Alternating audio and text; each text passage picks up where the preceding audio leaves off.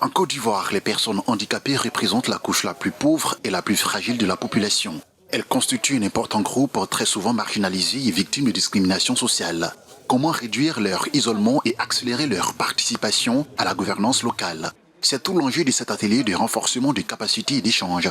Réunis au sein de l'aire fêtière, la CAFSI, la coordination des associations de personnes handicapées de Côte d'Ivoire, ils veulent appuyer de manière efficace leur combat pour la planification, l'élaboration et la mise en œuvre de programmes et politiques inclusifs. Nous pensons que d'abord, la première étape de la prise en charge des personnes handicapées en Côte d'Ivoire, c'est d'abord une phase d'information et de sensibilisation. Parce que sans information, sans sensibilisation, aucun projet ne pourra être fait.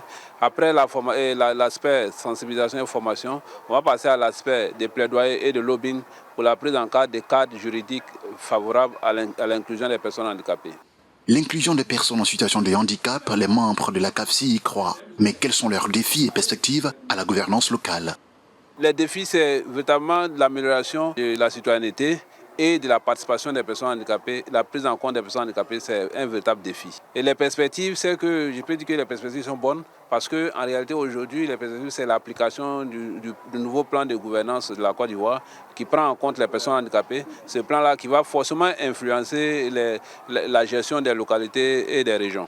La Côte d'Ivoire compte 453 453 personnes en situation de handicap. 48,2% d'entre elles sont des personnes en situation de handicap sensoriel, 41,2% de personnes en situation de handicap moteur et 10,1% de personnes en situation de handicap psychique.